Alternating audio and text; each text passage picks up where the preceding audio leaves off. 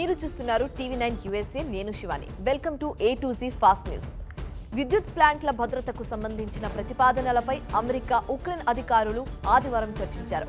ఈ సమావేశం సౌదీ అరేబియాలో జరిగింది. ఉక్రెయిన్ భద్రత కోసం విద్యుత్ ప్లాంట్లను అమెరికాకు అప్పగించాలని అమెరికా ఇప్పటికే ప్రతిపాదించింది.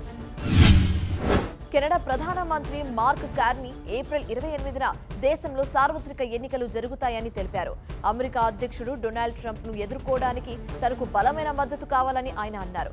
అమెరికాతో సుంకాల యుద్ధం మనకున్న అతిపెద్ద ముప్పులలో ఒకటి అని కెనడా ప్రధాని చెప్పుకొచ్చారు. అమెరికాలో భారతీయ సంతతికి చెందిన మహిళ తన 11 ఏళ్ల కొడుకును గొంతు కోసి చంపింది.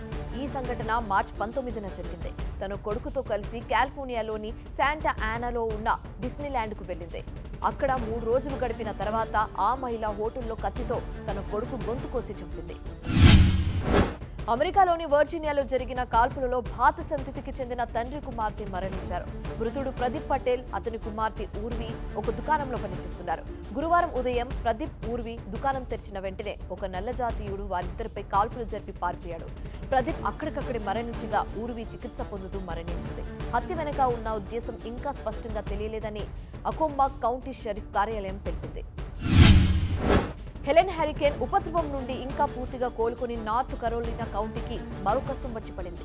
అడవిలో రేగుతున్న కారు చిచ్చుతో ఇళ్లను ఖాళీ చేసి సురక్షిత ప్రాంతాలకు వెళ్లాల్సిన పరిస్థితి ఏర్పడింది. ఆ రాష్ట్రంలో పెరుగుతున్న కారు చిచ్చుకు ప్రతిస్పందనగా దక్షిణ కరోలినా గవర్నర్ అత్యవసర పరిస్థితిని ప్రకటించారు. న్యూజెర్సీ ఫారెస్ట్ ఫైర్ సర్వీస్ మంటలను అదుపు చేసే ప్రయత్నం చేస్తుంది.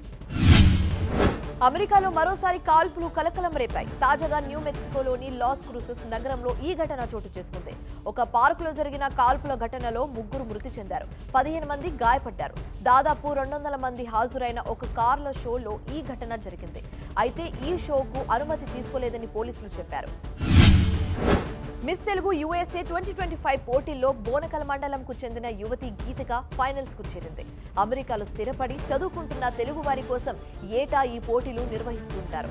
ఈ ఏడాది తెలుగు భాష గొప్పతనం, ఆత్మగౌరవం, సంస్కృతి, జీవన విధానం, అంతర్జాతీయ వేదికల తదితర అంశాలతో విజేతను ఎంపిక చేయనుండగా గీతిక ఫైనల్స్ కు చేరింది. అమెరికాలోని ఫ్లోరిడా విమానాశ్రయంలో చోటు చేసుకున్న ఘటన జంతు ప్రేమికులను నివ్వెరపోయేలా చేసింది.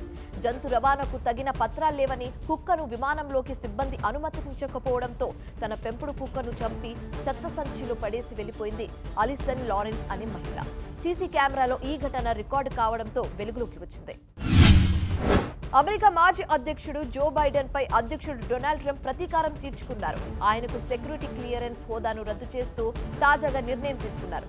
కమలా హారిస్, హిల్లరీ క్లింటన్ తో పాటు బైడెన్ కుటుంబీకులకు, ఆయన యంత్రాంగంలో మంత్రులుగా పనిచేసిన పలువురికి కూడా ఈ క్లియరెన్స్ ను రద్దు చేస్తున్నట్లు ప్రకటించారు.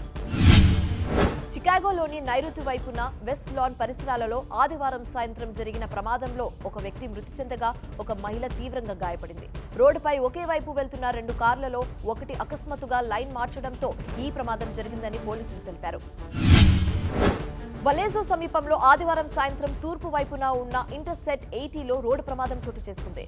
ప్రమాదానికి గురైన 2 వ్యక్తులను హెలికాప్టర్ ద్వారా ఆసుపత్రికి తరలించారు. అయితే వీరిలో ఒకరు మరణించగా మరొకరు ఆసుపత్రిలో చికిత్స పొందుతున్నట్లు అధికారులు తెలిపారు. సో ఇది ఇవాల్టి A to Z fast news. చూస్తూనే ఉండండి టీవీ9 USA.